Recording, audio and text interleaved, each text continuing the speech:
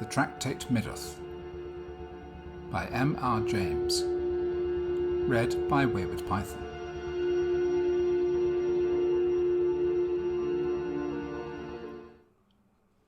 Towards the end of an autumn afternoon, an elderly man with a thin face and grey Piccadilly weepers pushed open the swing door leading into the vestibule of a certain famous library, and addressing himself to an attendant, stated that he believed he was entitled to use the library, and inquired if he might take a book out.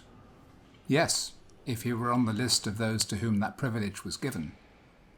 He produced his card, Mr. John Eldred, and the register being consulted, a favourable answer was given. "Now, another point," said he. "It is a long time since I was here, and I do not know my way about your building. Besides, it is near closing time, and it is bad for me to hurry up and down stairs. I have here the title of the book I want. Is there anyone at liberty who could go and find it for me?" After a moment's thought, the doorkeeper beckoned to a young man who was passing. "Mr. Garrett," he said, "have you a minute to assist this gentleman?" "With pleasure," was Mr. Garrett's answer. The slip with the title was handed to him. "I think I can put my hand on this. It happens to be in the class I inspected last quarter, but I'll just look it up in the catalogue to make sure. I suppose it is that particular edition that you require, sir?" "Yes, if you please, that and no other," said Mr. Eldred. "I am exceedingly obliged to you." "Don't mention it, I beg, sir," said Mr. Garrett, and hurried off. "I thought so," he said to himself, when his finger, travelling down the pages of the catalogue, stopped at a particular entry. Talmud, Tractate Middoth, with the commentary of Nachmanides, Amsterdam 1707, 11.3.34. Hebrew class, of course, not a very difficult job, this. Mr. Eldred, accommodated with a chair in the vestibule, awaited anxiously the return of his messenger, and his disappointment at seeing an empty-handed Mr. Garrett running down the staircase was very evident. "I'm sorry to disappoint you, sir," said the young man, "but the book is out." "Oh dear," said Mr. Eldred. "Is that so? You are sure there can be no mistake?" "I don't think there is much chance of it, sir, but it's possible, if you like to wait a minute, that you might meet the very gentleman that's got it. He must be leaving the library soon, and I think I saw him take that particular book out of the shelf." "Indeed. You didn't recognise him, I suppose? Would it be one of the professors or one of the students?" "I don't think so. Certainly not a professor. I should have known him. But the light isn't very good in that part of the library at this time of day, and I didn't see his face. I should have said he was a shortish old gentleman, perhaps a clergyman, in a cloak. If you could wait, I can easily find out whether he wants the book very particularly." No, said Mr. Eldred. I won't. I can't wait now, thank you. No, I must be off. But I'll call again tomorrow if I may, and perhaps you could find out who has it." "Certainly, sir, and I'll have the book ready for you." But Mr. Eldred was already off, and hurrying more than one would have thought wholesome for him. Garrett had a few moments to spare, and, thought he, "I'll go back to that case and see if I can find the old man. Most likely he could put off using the book for a few days. I dare say the other one doesn't want to keep it for long." So off with him to the Hebrew class. But when he got there it was unoccupied, and the volume marked 11.3.34 was in its place on the shelf.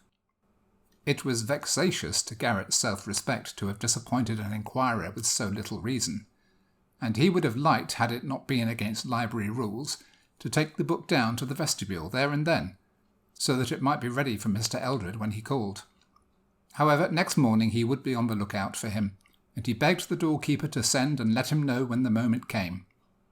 As a matter of fact, he was himself in the vestibule when Mr. Eldred arrived very soon after the library opened, and when hardly anyone besides the staff were in the building.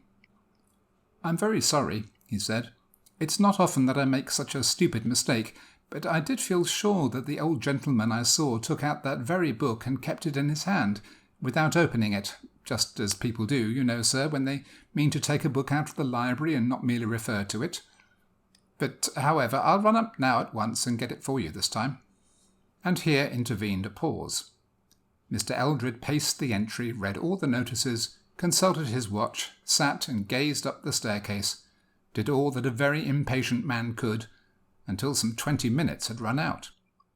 At last he addressed himself to the doorkeeper, and inquired if it was a very long way to that part of the library to which Mr. Garrett had gone. "Well, I was thinking it was funny, sir. He's a quick man as a rule, but to sure he might have been sent for by the librarian. But even so, I think he'd have mentioned to him that you was waiting. I'll just speak to him on the tube and see." And to the tube he addressed himself. As he absorbed the reply to his question, his face changed, and he made 1 or 2 supplementary inquiries which were shortly answered. Then he came forward to his counter and spoke in a lower tone. "I'm sorry to hear, sir, that something seems to have happened a little awkward. Mr. Garrett has been took poorly, it appears, and the librarian sent him home in a cab the other way. Something of an attack, by what I can hear." "What, really? Do you mean that someone has injured him?" "No, sir, not violence here, but as I should judge, attacked with an attack, what you might term of illness. Not a strong constitution, Mr. Garrett. But as to your book, sir, perhaps you might be able to find it for yourself. It's too bad you should be disappointed this way twice over."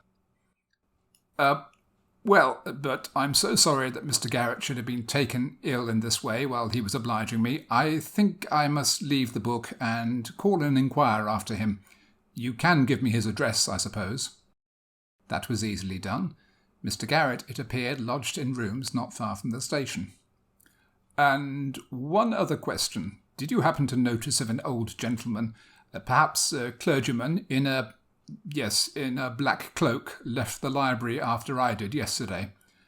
I think he may have been, I think, that is, he may be staying, or rather, I may have known him." "Not in a black cloak, no, sir. There were only 2 gentlemen left later than what you done, sir, both of them youngish men. There was Mr. Carter took out a music book, and one of the professors with a couple of novels. That's the lot, sir, and then I went off to my tea, and glad to get it. Oh, thank you, sir, much obliged." Mr. Eldred, still a prey to anxiety, betook himself in a cab to Mr. Garrett's address, but the young man was not yet in a condition to receive visitors. He was better, but his landlady considered that he must have had a severe shock. She thought most likely from what the doctor said that he would be able to see Mr. Eldred tomorrow. Mr. Eldred returned to his hotel at dusk, and spent, I fear, but a dull evening. On the next day he was able to see Mr. Garrett. When in health, Mr. Garrett was a cheerful and pleasant-looking young man. Now he was a very white and shaky being, propped up in an armchair by the fire, and inclined to shiver and keep an eye on the door. If, however, there were visitors whom he was not prepared to welcome, Mr. Eldred was not among them. "It is really I who owe you an apology, and I was despairing of being able to pay it, for I didn't know your address. But I am very glad you have called. I do dislike and regret giving all this trouble, but you know I could not have foreseen this attack which I had." "Of course not. But now I am something of a doctor. You will excuse my asking. You have had, I'm sure, good advice. Was it a fall you had?" "No. I did fall on the floor, but not from any height. It was really a shock." "You mean something startled you? Was it anything you thought you saw?" "Not much thinking in the case, I'm afraid. Yes, it was something I saw. You remember when you called the first time at the library?" "Yes, of course. Well, now, let me beg you not to try to describe it. It would not be good for you to recall it, I'm sure." "Oh, but indeed it would be a relief to me to tell anyone like yourself. You might be able to explain it away. It was just when I was going into the class where your book is." "Indeed, Mr. Garrett, I insist. Besides, my watch tells me I have but very little time left in which to get my things together and take the train. No, not another word. It will be more distressing to you than you imagine, perhaps. Now, there is just one thing I want to say. I feel that I am really indirectly responsible for this illness of yours, and I think I ought to defray the expense, which is... But this offer was quite distinctly declined. Mr. Eldred, not pressing it, left almost at once. Not, however, before Mr. Garrett had insisted upon his taking a note of the class mark of the Tractate Middoth, which, as he said, Mr. Eldred could at leisure get for himself. but Mr. Eldred did not reappear at the library. William Garrett had another visitor that day, in the person of a contemporary and colleague from the library, one George Earle. Earle had been one of those who found Garrett lying insensible on the floor, just inside the class or cubicle, opening upon the central alley of a spacious gallery, in which the Hebrew books were placed, and Earle had naturally been very anxious about his friend's condition. So as soon as library hours were over, he appeared at the lodgings. "Well," he said, after other conversation, "I've no notion what it was that put you wrong, but I've got the idea that there's something wrong with the atmosphere of the library. I know this, that just before we found you, I was coming along the gallery with Davis, and I said to him, 'Did you ever know such a musty smell anywhere as there is about here? It can't be wholesome.' Well, now, if one goes on living a long time with a smell of that kind, I tell you it was worse than I ever knew it. It must get into the system and break out sometime, don't you think?" Garrett shook his head. "That's all very well about the smell, but it isn't always there, though I've noticed it in the last day or two. A sort of unnaturally strong smell of dust. But no, that's not what did for me. It was something I saw. And I want to tell you about it. I went into that Hebrew class to get a book for a man that was inquiring for it down below. Now, that same book I'd made a mistake about the day before. I'd been for it, for the same man, and made sure that I saw an old parson in a cloak taking it out. I told my man it was out. Off he went to call again the next day. I went back to see if I could get it out of the parson. No parson there, and the book on the shelf. Well, yesterday, as I say, I went again. This time, if you please, 10 o'clock in the morning, remember, and as much light as you ever get in those classes. And there was my parson again, back to me, looking at the books on the shelf I wanted. His hat was on the table, and he had a bald head. I waited a second or two, looking at him rather particularly. I tell you, he had a very nasty bald head. It looked to me dry, and it looked dusty, and the streaks of hair across it were much less like hair than cobwebs. Well, I made a bit of a noise on purpose, coughed and moved my feet. He turned round and let me see his face, which I hadn't seen before. I tell you again, I'm not mistaken. Though for one reason or another I didn't take in the lower part of his face, I did see the upper part, and it was perfectly dry, and the eyes were very deep sunk, and over them, from the eyebrows to the cheekbone, there were cobwebs, thick. Now that closed me up, as they say, and I can't tell you anything more." What explanations were furnished by Earle of this phenomenon, it does not very much concern us to inquire. At all events, they did not convince Garrett that he had not seen what he had seen. Before William Garrett returned to work at the library, the librarian insisted upon his taking a week's rest and change of air. Within a few days' time, therefore, he was at the station with his bag, looking for a desirable smoking compartment in which to travel to Burnstow-on-Sea, which he had not previously visited. One compartment, and only one, seemed to be suitable. But just as he approached it, he saw, standing in front of the door, a figure so like one bound up with recent unpleasant associations that with a sickening qualm, and hardly knowing what he did, he tore open the door of the next compartment and pulled himself into it as quickly as if death were at his heels. The train moved off, and he must have turned quite faint, for he was next conscious of a smelling bottle being put to his nose. His physician was a nice-looking old lady, who with her daughter was the only passenger in the carriage. But for this incident, it is not very likely that he would have made any overtures to his fellow travellers. As it was, thanks and inquiries and general conversation supervened inevitably, and Garrett found himself provided before the journey's end not only with a physician, but with a landlady, for Mrs. Simpson had apartments to let at Burnstow, which seemed in all ways suitable. The place was empty at that season, so that Garrett was thrown a good deal into the society of the mother and daughter. He found them very acceptable company. On the third evening of his stay, he was on such terms with them as to be asked to spend the evening in their private sitting-room. During their talk, it transpired that Garrett's work lay in the library. "Ah, libraries are fine places," said Mrs. Simpson, putting down her work with a sigh. "But for all that, books have played me a sad turn. Or rather, a book has." "Well, books give me my living, Mrs. Simpson, and I should be sorry to say a word against them. I don't like to hear that they have been bad for you." "Perhaps Mr. Garrett could help us solve our puzzle, Mother," said Miss Simpson. "I don't want to set Mr. Garrett off on a hunt that might waste a lifetime, my dear, nor yet to trouble him with our private affairs. But if you think it in the least likely that I could be of use, I do beg you to tell me what the puzzle is, Mrs. Simpson. If it is finding out anything about a book, you see, I am in rather a good position to do it." "Yes, I do see that, but the worst of it is that we don't know the name of the book." "Nor what it's about?" "No, nor that either." "Except that we don't think it's in English, Mother, and that is not much of a clue." "Well, Mr. Garrett," said Mrs. Simpson, who had not yet resumed her work and was looking at the fire thoughtfully, "I shall tell you the story. You will please keep it to yourself if you don't mind. Thank you. Now it is just this. I had an old uncle, a Dr. Rant. Perhaps you may have heard of him. Not that he was a distinguished man, but from the very odd way he chose to be buried. I rather think I have seen the name in some guidebook." "That would be it," said Miss Simpson. "He left directions, horrid old man, that he was to be put sitting at a table in his ordinary clothes in a brick room that he'd made underground in a field near his house. Of course, the country people say he's been seen about there in his old black cloak." "Well, dear, I don't know much about such things," Mrs. Simpson went on, "but anyhow he is dead these 20 years and more.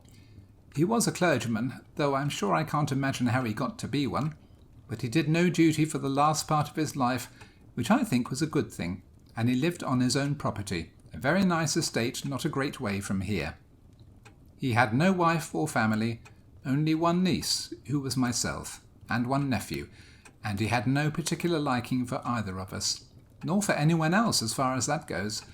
If anything, he liked my cousin better than he did me, for John was much more like him in his temper, and I'm afraid I must say his very mean, sharp ways.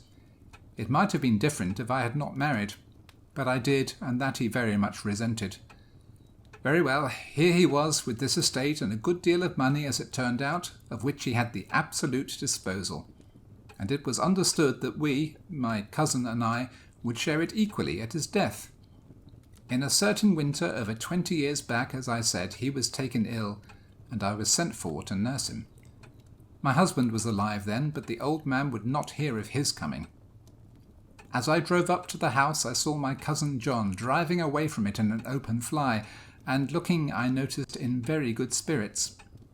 I went up and did what I could for my uncle, but I was very soon sure that this would be his last illness, and he was convinced of it too.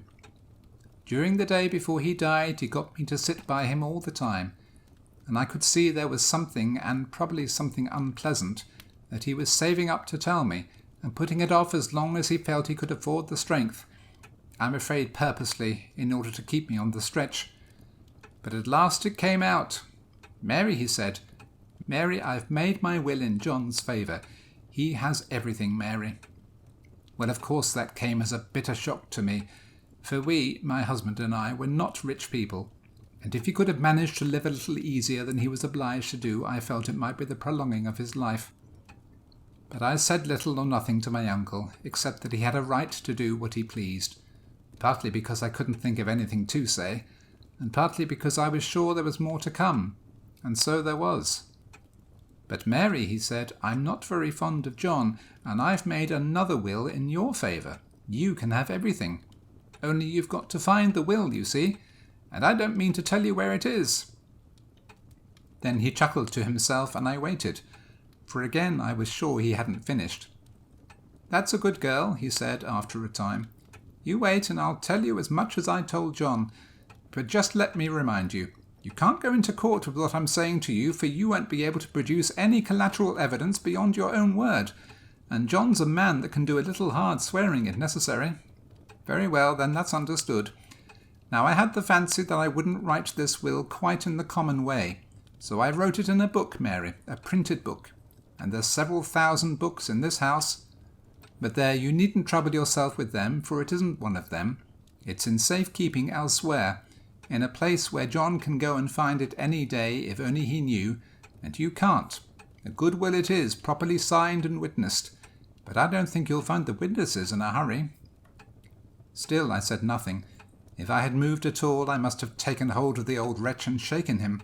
He lay there laughing to himself, and at last he said, "Well, well, you've taken it very quietly, and as I want to start you both on equal terms, and John has a bit of a purchase in being able to go where the book is, I'll tell you just 2 other things which I didn't tell him. The will's in English, but you won't know that if you ever see it. That's one thing. And another is that when I'm gone you'll find an envelope in my desk directed to you, and inside it something that would help you to find it if only you have the wits to use it." In a few hours from that he was gone, and though I made an appeal to John Eldred about it— "John Eldred? I beg your pardon, Mrs. Simpson. I think I've seen a Mr. John Eldred. What is he like to look at?" "It must be 10 years since I saw him. He would be a thin, elderly man now, and unless he has shaved them off, he has that sort of whiskers which people used to call Dundreary or Piccadilly something. Weepers, yes, that is the man." "Where did you come across him, Mr. Garrett?" "I don't know if I could tell you," said Garrett mendaciously. "In some public place. But you hadn't finished."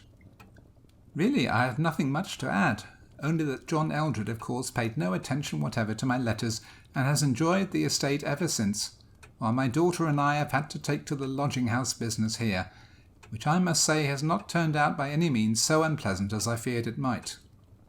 "But about the envelope?" "To be sure. Why, the puzzle turns on that. Give Mr. Garrett the paper out of my desk." It was a small slip with nothing whatever on it but 5 numerals, not divided or punctuated in any way. 11334. Mr. Garrett pondered, but there was a light in his eye. Suddenly he made a face and then asked, "Do you suppose that Mr. Eldred can have any more clue than you to the title of the book?" "I have sometimes thought he must," said Mrs. Simpson, "and in this way, that my uncle must have made the will not very long before he died, that I think he said himself, and got rid of the book immediately afterwards. But all his books were very carefully catalogued, and John has the catalogue, and John was most particular that no books whatever should be sold out of the house. And I'm told that he is always journeying about to booksellers and libraries, so I fancy that he must have found out just which books are missing from my uncle's library of those which are entered in the catalogue, and must be hunting for them." Just so, said Mr. Garrett, and relapsed into thought. No later than next day he received a letter which, as he told Mrs. Simpson with great regret, made it absolutely necessary for him to cut short his stay at Burnstow. Sorry as he was to leave them, and they were at least as sorry to part with him, he had begun to feel that a crisis, all important to Mrs. and, shall we add, Miss Simpson, was very possibly supervening. In the train Garrett was uneasy and excited. He racked his brains to think whether the press mark of the book which Mr. Eldred had been inquiring after was one in any way corresponding to the numbers on Mrs. Simpson's little bit of paper. But he found, to his dismay, that the shock of the previous week had really so upset him that he could neither remember any vestige of the title or nature of the book, or even the locality to which he had gone to seek it. And yet all other parts of library topography and work were as clear as ever in his mind. And another thing, he stamped with annoyance as he thought of it. He had at first hesitated and had then forgotten to ask Mrs. Simpson for the name of the place where Eldred lived. That, however, he could write about. At least he had his clue in the figures on the paper. If they referred to a press mark in his library, they were only susceptible of a limited number of interpretations. They might be divided into 1-13-34, 11-33-4, or 11-3-34. He could try all these in the space of a few minutes, and if any one were missing, he had every means of tracing it. He got very quickly to work, though a few minutes had to be spent in explaining his early return to his landlady and his colleagues. 1-13-34 was in place, and contained no extraneous writing. As he drew near to Class 11 in the same gallery, its associations struck him like a chill. but he must go on. After a cursory glance at 1133-4, which first confronted him and was a perfectly new book, he ran his eye along the line of quarters which fills 11.3. The gap he feared was there. 34 was out. A moment was spent in making sure that it had not been misplaced, and then he was off to the vestibule. Has 11.334 gone out? Do you recollect noticing that number? Notice the number? What do you take me for, Mr. Garrett? There, take and look over the tickets for yourself if you've got a free day before you. Well then, has a Mr. Eldred called again? The old gentleman who came the day I was taken ill. Come, you'd remember him. What do you suppose? Of course I recollect of him. No, he haven't been in again, not since you went off for your holiday. And yet, I seem to... Oh, there now, Roberts will know. Roberts, do you recollect of the name of Eldred? Not half, said Roberts. You mean the man that sent over a bob for the price of the parcel? I wish they all did. Do you mean to say you've been sending books to Mr. Eldred? Come, do speak up, have you? Well now, Mr. Garrett, if a gentleman sends the ticket all wrote correct, and the secretary says this book may go, and the box ready addressed sent with the note, and a sum of money sufficient to defray the railway charges, what would be your action in the matter, Mr. Garrett, if I may take the liberty to ask such a question? Would you or would you not have taken the trouble to oblige, or would you have chucked the whole thing under the counter? You were perfectly right, of course, Hodgson, perfectly right. Only would you kindly oblige me by showing me the ticket Mr. Eldred sent and letting me know his address? To be sure, Mr. Garrett. So long as I'm not acted about and informed that I don't know my duty, I'm willing to oblige in every way feasible to my power. There is the ticket on the file. J. Eldred, 11.3.34, title of work, T.A.L.M. Well, there you can make what you like of it. Not a novel, I should hazard the guess. And here is Mr. Eldred's note applying for the book in question, which I see he terms it a track. Thanks, but the address, there's none on the note. Ah, indeed. Well now, stay now, Mr. Garrett, I have it. Why, that note came inside of the parcel, which was directed very thoughtful to save all trouble, ready to be sent back with the book inside. And if I have made any mistake in this old transaction, it lays just in that one point that I neglected to enter the address in my little book here, what I keep. Not but what I dare say there was good reasons for me not entering of it. But there, I haven't the time, neither of you, I dare say, to go into 'em just now. And no, Mr. Garrett, I do not carry it in my head. Else what would be the use of me keeping this little book here?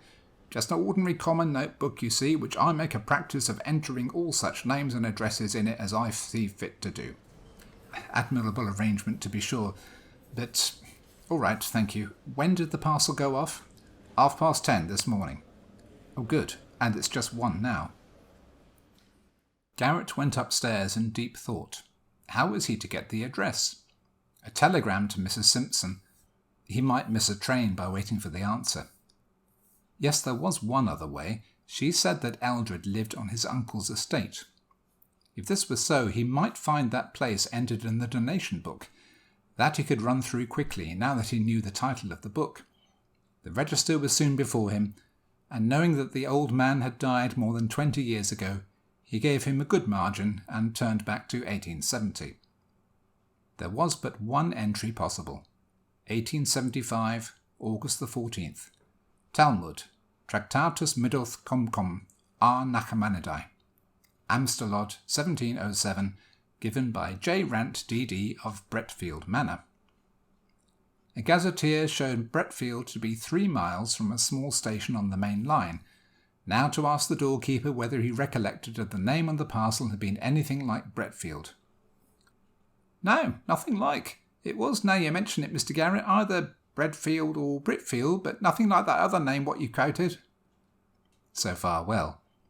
Next, a timetable. A train could be got in 20 minutes, taking 2 hours over the journey. The only chance, but one not to be missed, and the train was taken. If he had been fidgety on the journey up, he was almost distracted on the journey down. If he found Eldred, what could he say? That it had been discovered that the book was a rarity and must be recalled? An obvious untruth. Or that it was believed to contain important manuscript notes. Eldred would of course show him the book from which the leaf would already have been removed. He might perhaps find traces of the removal, a torn edge of a flyleaf probably, and who could disprove what Eldred was certain to say, that he too had noticed and regretted the mutilation? Altogether the chase seemed very hopeless. The one chance was this. The book had left the library at 10:30. It might not have been put into the first possible train at 11:20. Granted that, then he might be lucky enough to arrive simultaneously with it, and patch up some story which would induce Eldred to give it up. It was drawing towards evening when he got out upon the platform of his station, and like most country stations, this one seemed unnaturally quiet. He waited about till the 1 or 2 passengers who had got out with him had drifted off, and then inquired of the station master whether Mr. Eldred was in the neighbourhood. "Yes, and pretty near too, I believe. I fancy he means calling here for a parcel he expects. Called for it once today already, didn't he, Bob?" to the porter. "Yes, sir, he did, and appeared to think it was all along of me that it didn't come by the 2 o'clock. Anyway, I've got it for him now." And the porter flourished a square parcel, which a glance assured Garrett contained all that was of any importance to him at that particular moment. "Bretfield, sir? Yes, 3 miles just about. Short cut across these 3 fields brings it down by half a mile. There's Mr. Eldred's trap." A dog-cart drove up with 2 men in it, of whom Garrett, gazing back as he crossed the little station yard, easily recognised one. The fact that Eldred was driving was slightly in his favour, for most likely he would not open the parcel in the presence of his servant. On the other hand, he would get home quickly, and unless Garrett was there within a very few minutes of his arrival, all would be over. He must hurry, and that he did. His short-cut took him along one side of a triangle, while the cart had 2 sides to traverse, and it was delayed a little at the station, so that Garrett was in the 3rd of the 3 fields when he heard the wheels fairly near. He had made the best progress possible, but the pace at which the cart was coming made him despair. At this rate it must reach home 10 minutes before him, and 10 minutes would more than suffice for the fulfilment of Mr. Eldred's project. It was just at this time that the luck fairly turned. The evening was still, and sounds came clearly. Seldom has any sound given greater relief than that which he now heard, that of the cart pulling up. A few words were exchanged, and it drove on. Garrett, halting in the utmost anxiety, was able to see as it drove past the stile near which he now stood, that it contained only the servant, and not Eldred. Further, he made out that Eldred was following on foot. From behind the tall hedge by the stile leading into the road, he watched the thin, wiry figure pass quickly by with a parcel beneath its arm, and feeling in its pockets. Just as he passed the stile, something fell out of a pocket upon the grass, but with so little sound that Eldred was not conscious of it. In a moment more it was safe for Garrett to cross the stile into the road and pick up a box of matches. Eldred went on, and as he went his arms made hasty movements, difficult to interpret in the shadow of the trees that overhung the road. But as Garrett followed cautiously, he found at various points the key to them, a piece of string, and then the wrapper of the parcel, meant to be thrown over the hedge, but sticking in it. Now Eldred was walking slower, and it could just be made out that he had opened the book and was turning over the leaves. He stopped, evidently troubled by the failing light. Garrett slipped into a gate opening, but still watched. Eldred, hastily looking around, sat down on a felled tree trunk by the roadside, and held the open book up close to his eyes. Suddenly he laid it still open on his knee, and felt in all his pockets, clearly in vain and clearly to his annoyance. "You would be glad of your matches now," thought Garrett. Then he took hold of a leaf and was carefully tearing it out when 2 things happened. First, something black seemed to drop upon the white leaf and run down it. And then, as Eldred started and was turning to look behind him, a little dark form appeared to rise out of the shadow behind the tree trunk, and from it 2 arms enclosing a mass of blackness came before Eldred's face and covered his head and neck. His legs and arms were wildly flourished, but no sound came. Then there was no more movement. Eldred was alone. He had fallen back into the grass behind the tree trunk. The book was cast into the roadway. Garrett, his anger and suspicion gone for the moment at the sight of this horrid struggle, rushed up with loud cries of help, and so too to his enormous relief did a labourer who had just emerged from a field opposite. Together they bent over and supported Eldred, but to no purpose. The conclusion that he was dead was inevitable. "Poor gentleman," said Garrett to the labourer when they had laid him down. "What happened to him, do you think?" "I wasn't 200 yards away," said the man, "when I see Squire Eldred settled reading in his book, and to my thinking he was took with one of these fits. Face seemed to go all over black." "Just so," said Garrett. "You didn't see anyone near him? It couldn't have been an assault?" "Not possible.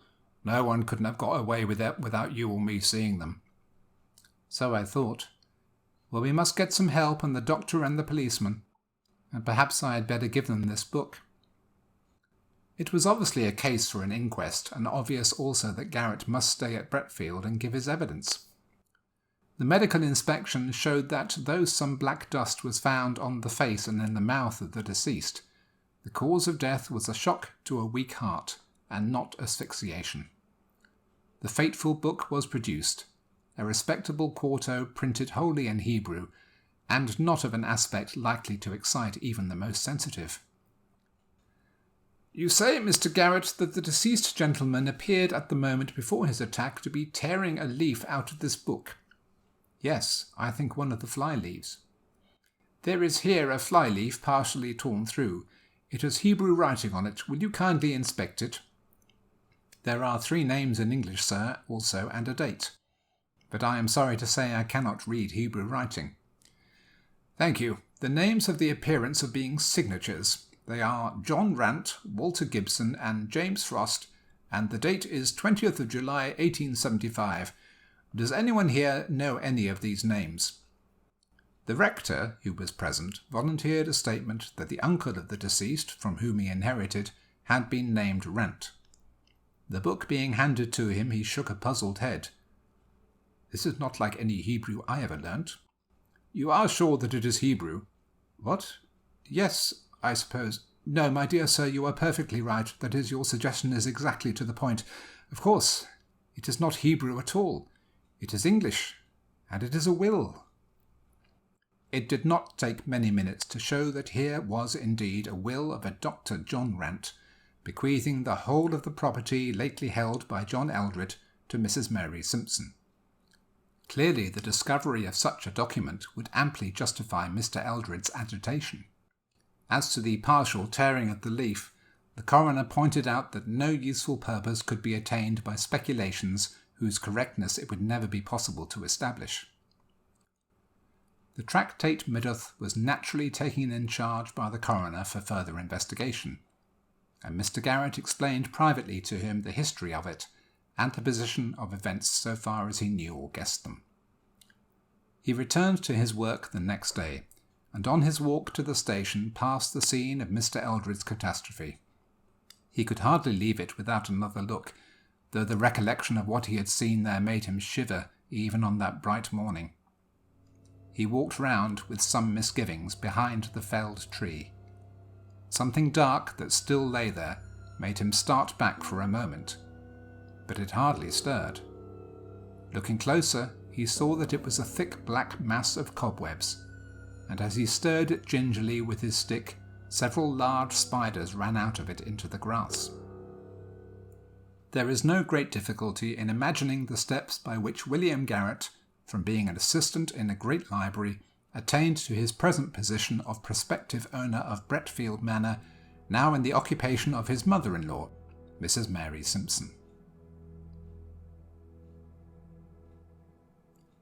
That was The Tractate Middoth by M. R. James.